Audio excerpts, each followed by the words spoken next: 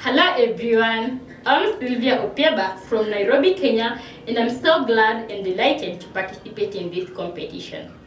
In a world that faces the challenges of climate change and environmental effects, climate change is something personal and something different to each and every individual.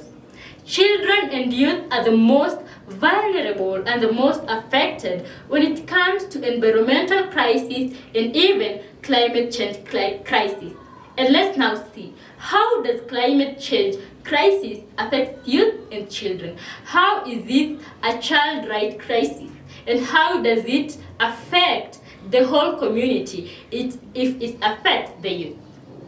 Droughts affects the children in such a way that they affect the education system and their learning system when they spend much of their time searching for water when there is water scarcity caused by prolonged period of drought.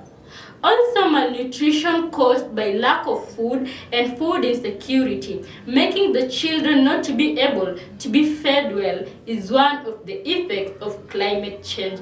And also, let's not forget that children may end up using water that is not clean and that is dirty, and hence it may affect them and they may be able to contract diseases such as cholera and even typhoid. Dwelling on floods as effect and a key component of climate change and that poses a threat to children, flooding causes death risk in such a way that children may be swept by floods, and such cases have been witnessed in my country, Kenya. Also, it may cause displacement of people due to their houses and shelters being swept away and even their belongings.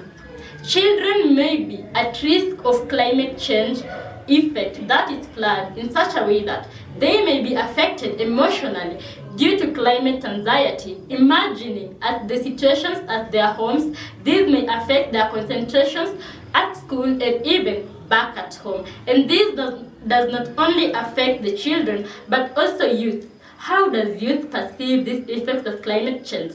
Youth at their workplace, their interactions, they may be affected by the effects of climate change, that is flood, by having climate anxiety and climate stress.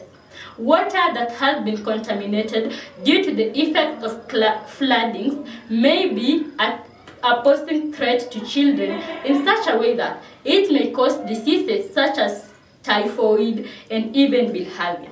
Let's come together to fight this thematic issue called climate change. We know that children and youth are the future of our world tomorrow, and we need to come together to join hands and to make sure that these effects of climate change, droughts, water scarcity and even floods are reduced, to make sure that children are able to continue with their daily activities and their daily programs without any interruptions. We need an urgent action. It's a matter of we don't have time. We need to act on climate change as fast as now. Thank you so much.